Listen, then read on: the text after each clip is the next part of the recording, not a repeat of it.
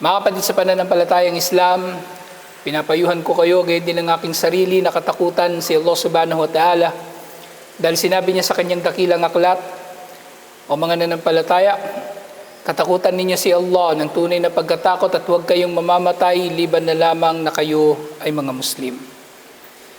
Mga kapatid sa pananampalatayang Islam, ang takot kay Allah o ang takwa na tuwing nababanggit sa khutbah ay naguugat sa puso. Kabilang ito sa mga amalul kulub, mga gawain ng puso na tunay na si Allah subhanahu wa ta'ala ang pinaka makapaghahatol dito.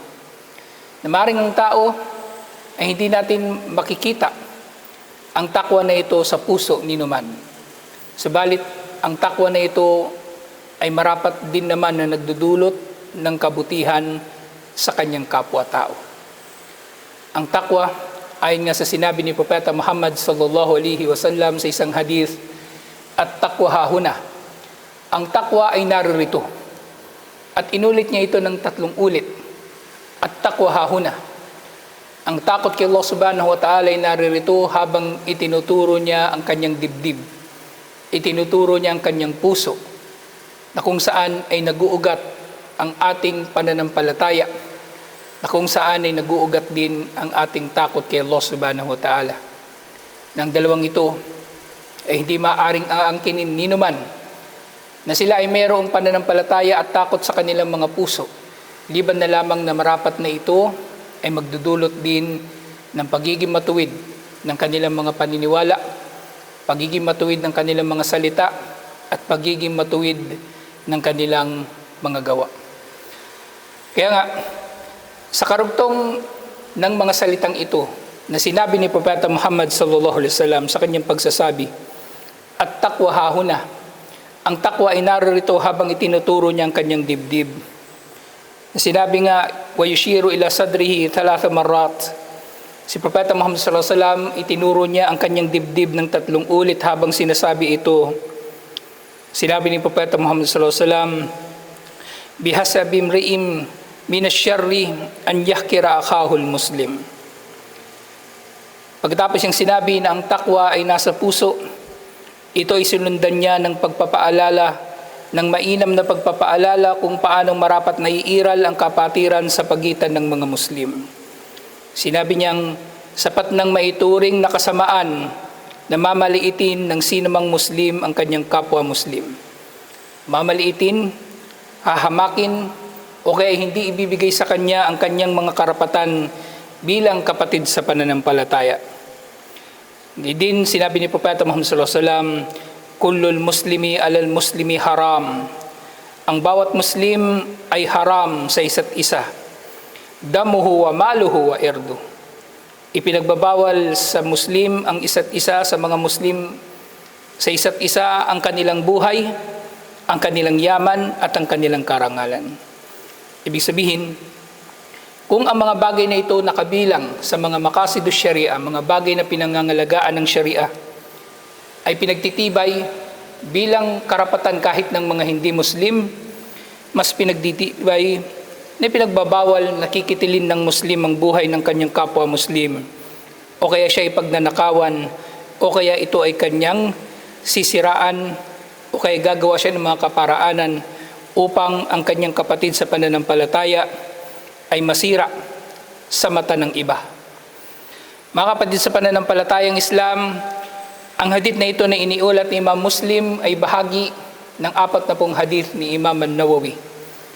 40 mga hadith na nagiging pamantayan ng mga Muslim kung ang mga ito ay kanilang mauunawaan at may isa sa buhay, insyaAllah.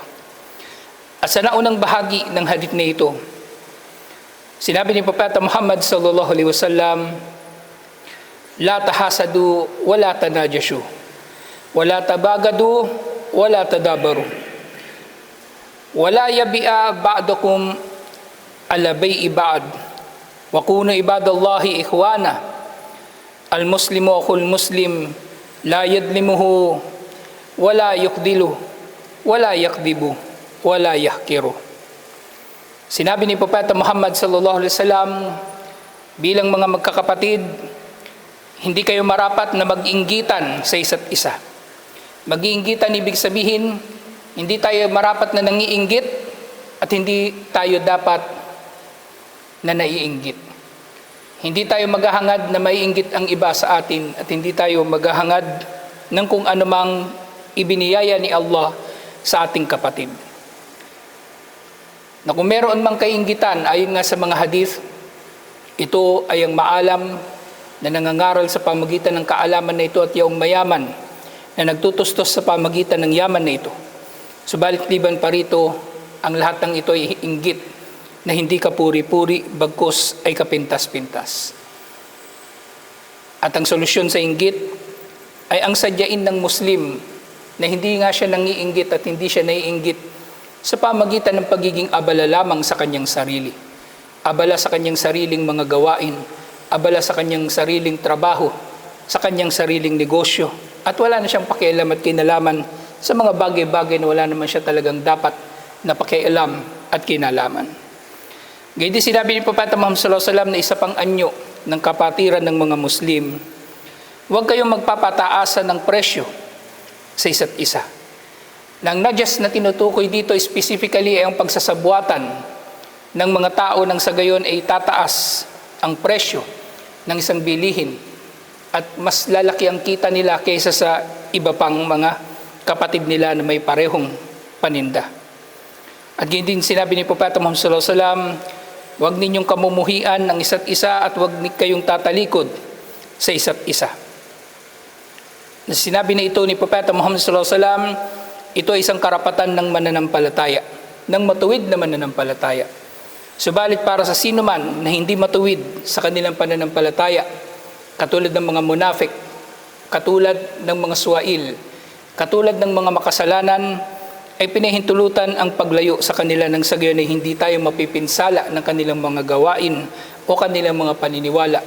Lalong-lalo na kung ang mga Muslim na ito ay umaabot ang antas ng kanilang kasalanan sa paggawa ng bid'ah o kaya ay paglabag sa kaisahan ni Allah subhanahu wa ta'ala. At hindi sinabi rito ni Propeta Muhammad sallallahu alaihi wasallam, huwag ninyong kukompetensyahin ang isa't isa sa negosyo. Na kapag meron ng kapatid ang nauna sa negosyo na iyon, ay huwag mo na siyang kukompetensyahin nang sa gayon ay mahihirapan na siyang magtitinda ng kanyang paninda. Bagkus ay humanap ka ng ibang kanais-nais na itinda, nakikita ka rin dito at hindi naman magdudulot ng pinsala sa iyong kapatid. Lahat ng ito ang iba't ibang mga anyo na tinukoy ni Propeta Muhammad sallallahu alaihi wasallam na sa pamagitan nito inshallah tayo ay magiging mga tunay na mga alipin, mga alagad ni Allah subhanahu wa ta'ala na nagsasabuhay ng kanyang kaisahan at tayo ay magiging tunay na magkakapatid sa pananampalataya na siyang tunay naman na pananampalataya. Kaya ang sinabi ni Allah subhanahu wa ta'ala, innamal mu'minuna ikhwah, ang mga mananampalataya lamang ang magkakapatid. Sila lamang ang tunay na magkakapatid. Ang tunay na kapatiran ay ang kapatiran sa pananampalataya, ang ukhuwatul imaniyah, at ito ay mas mataas pa, mas matimbang kaysa sa kapatiran mo sa iyong kapatid na kuffar na hindi naman mananampalataya. At panghuli, sinabi ni Propeta Muhammad sallallahu alaihi wasallam sa hadith na ito, ang Muslim ay kapatid ng kanyang kapwa Muslim. Hindi niya ito inaapi at hindi niya ito binibigo. Hindi niya ito binibigo sa pamagitan ng pagtanggi sa mga karapatan nito. Hindi niya ito binibigo sa pamagitan ng pagkakanulo rito o kaya pakikipagtulungan sa iba laban sa kanyang kapatid sa pananampalataya. At gayon din, ang Muslim ay kapatid ng kanyang kapwa Muslim na hindi siya nagsisinungaling dito, hindi niya ito niloloko, hindi niya ito dinudugasan, hindi niya ito nilalamangan sa anumang mga karapatan nito. Ito man ay karapatan nito sa pera, karapatan nito sa kanyang yaman, o karapatan nito sa anuman, marapat na ibibigay ito ng Muslim ng buong buo. Dahil tunay na napakasama nga ng katangian ninuman na siya ay mahigpit sa pagbabantay sa kanyang sariling karapatan, subalit wala naman siyang pakialam sa karapatan ng iba kung ito ay kanyang masasagasaan. At ngayon din sinabi ni Propeta Muhammad sallallahu alaihi wasallam na huwag ninyong mamaliitin o kamumuhian ang inyong kapatid sa pananampalataya, liban na lamang nga ayon sa paliwanag ng mga scholar, kung siya ay karapat-dapat sa paglayo ng mga Muslim, nang sa gayon ay maiingatan ng mga Muslim ang kanilang sarili laban sa impluensya ng sinumang masamang Muslim. Mga kapatid sa pananampalatayang Islam, tunay na ang kapatiran sa pananampalataya ay nag-iisang tunay nga na kapatiran.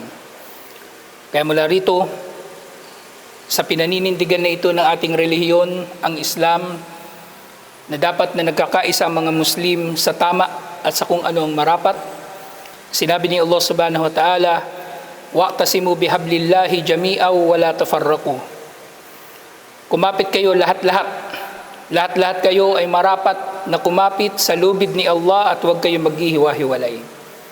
Ibig sabihin ng mga mananampalataya ay marapat na magkakaisa lamang sa katotohanan o magkakaisa lamang sa kung ano ang paninindigan ng relihiyon na ito. Na hindi yaong magkakaisa sila laban sa sino man na hindi nila gusto dahil lamang sa ang tao na ito ay hindi sang-ayon sa kanilang mga kagustuhan. Ang ating paninindigan, mga kapatid sa pananampalatayang Islam, palagi ay sa katotohanan at hindi sa personal na mga pagnanasa. Tayo ay nagkakaisa kahit sa mga taong maaring hindi natin gustong kanilang ugali, kahit sa mga tao na maaring hindi natin nagugustuhan ng kanilang mga pamamaraan, hanggat hindi sila lumalampas sa mga hangganan ni Allah subhanahu wa ta'ala, ay pinahintulutan ang pakikiisa sa kanila. Katulad ng sinabi ni Allah subhanahu wa ta'ala, wa ta'awanu alal birri wat taqwa wa la ta'awanu alal ithmi wal udwan. Magtulungan kayo sa kabanalan, kabutihan at takot kay Allah subhanahu wa ta'ala, at huwag kayong magtutulungan sa kasalanan at pagsuway kay Allah subhanahu wa ta'ala. Dahil tunay na napakahalaga ng payo na ito. At hindi lamang payo, bagkus ito ay pangaral at nag-iisang panuntunan kung paano tayo makikipagkapatiran. Tayo ay marapat na natututo na makikipagtulungan. Na maaaring merong tao, lalong-lalo na sa panahon natin ngayon, may mga tao na hindi sila makikipagtulungan sa kanilang kapwa, liban na lamang na gagawin muna natin silang pinuno. Kapag merong ibang pinuno, ay hindi sila makikipagtulungan dahil sila mismo ay naghahangad na maging mga pinuno, at tunay na ito ay isa sa mga tanda nga ng pagdating, nalalapit na pagdating ng araw ng paghuhukom. Nahanga rin ng kahit sino na lamang, kahit yung mga walang kakayanan dito, na mamuno o kaya mailagay sa isang posisyon ng pananagutan at responsibilidad, kahit sila rito ay wala namang anumang kakayanan. Katulad ng sinabi ni Propeta Muhammad sallallahu alaihi wasallam, idha duyi'atil amana fantadirus sa'a. Kapag nawala na ang amana, ay hintayin na ninyo ang araw ng paghuhukom. Ang amana, ng pangunahing tinutukoy dito ay ang pamumuno, dahil ang pamumuno ay isang amana. Ang pamumuno ay pananagutan. Ang pamumuno ay hindi kasikatan, na katulad ng dahilan kung bakit ang mga kuffar ay nagmamadali, nagkukumahog sa pagkuha ng posisyon ng pamumuno, dahil inaakala nila na naririto ang paraiso sa pamumuno. Pero sa ating mga Muslim, nalalaman natin na maaring mayroong tao na nagiging matuwid sa kanyang pamumuhay, subalit dahil sa pag-aasam niya sa kanyang pamumuno na siya ay magiging pinuno, ay mailalagay lamang sa pagsubok ang kanyang sarili. Mga kapatid sa pananampalatayang Islam, matuto tayo na makikipagtulungan sa sino man alang-alang kay Allah subhanahu wa ta'ala, kahit sa mga tao na maaring hindi nga natin nagugustuhan, o maaring minamaliit natin o inaakala natin na tayo sa kanila ay mas maalam, o kaya merong higit na karapatan na mamuno. Ang mga sahaba, mga kapatid sa pananampalatayang Islam, hindi sila nagkukumahog o nag-aangkin na sila ang gagawing pinuno, dahil nalalaman nila na ito ay posisyon lamang at posisyon ng pananagutan. Bagkus ito ay magiging pagsubok para sa kanila, na pagsubok na mabigat, na maaaring pagsisisihan nila hindi lamang sa buhay dito sa mundo, bagkus doon sa kabilang buhay lalong-lalo na. Bakit nababanggit ko rito ang pamumuno na siyang nagiging dahilan na nagkakawatak-watak ang mga Muslim? Dahil ito ngayon, ang ginawang mindset ng mga tao. Na para bang wala kang kwenta kapag hindi ka pinuno. Hindi ito totoo. Hindi sila ang kinukuha nating mga halimbawa o mga huwaran ang mga kuffar. Ang kinukuha nating mga huwaran ay ang mga sahaba radhiyallahu anhum. Na makikita natin ang kanilang pagpapakumbaba alang-alang kay Allah subhanahu wa ta'ala ay nakahanda sila na sumunod sa kahit sino mang namumuno sa kanila.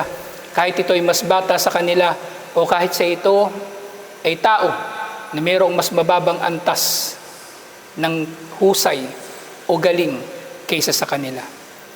Makikita natin ito sa naging pagsunod ng mga sahaba kay Usama bin Zaid na 17 anyos lamang nang siya ay ginawang general ni Abu Bakr Siddiq radhiyallahu anhu bilang pagsunod siyempre sa pagtatalaga sa kanya ni Propeta Muhammad sallallahu alaihi wasallam. Makikita rin natin ang mabuting halimbawa kay Khalid bin al-Walid radhiyallahu anhu na sa napakahabang panahon siya ay nagtiis at nagpakumbaba na maging pangkaraniwang sundalo lamang sa sundalo sa hukbo ng mga Muslim sa kabila ng pagiging pangunahin niyang general ng mga sundalo ng Quraysh. Mga kapatid sa pananampalatayang Islam, wa'tasibu bihablillahi jami'an wa la tafarraqu. Kumapit kayo ng mahigpit sa lubid ni Allah at huwag kayong maghihiwa-hiwalay. Na kumapit tayo sa katotohanan ng relihiyon na ito at hindi sa mga personal na mga pagnanasa.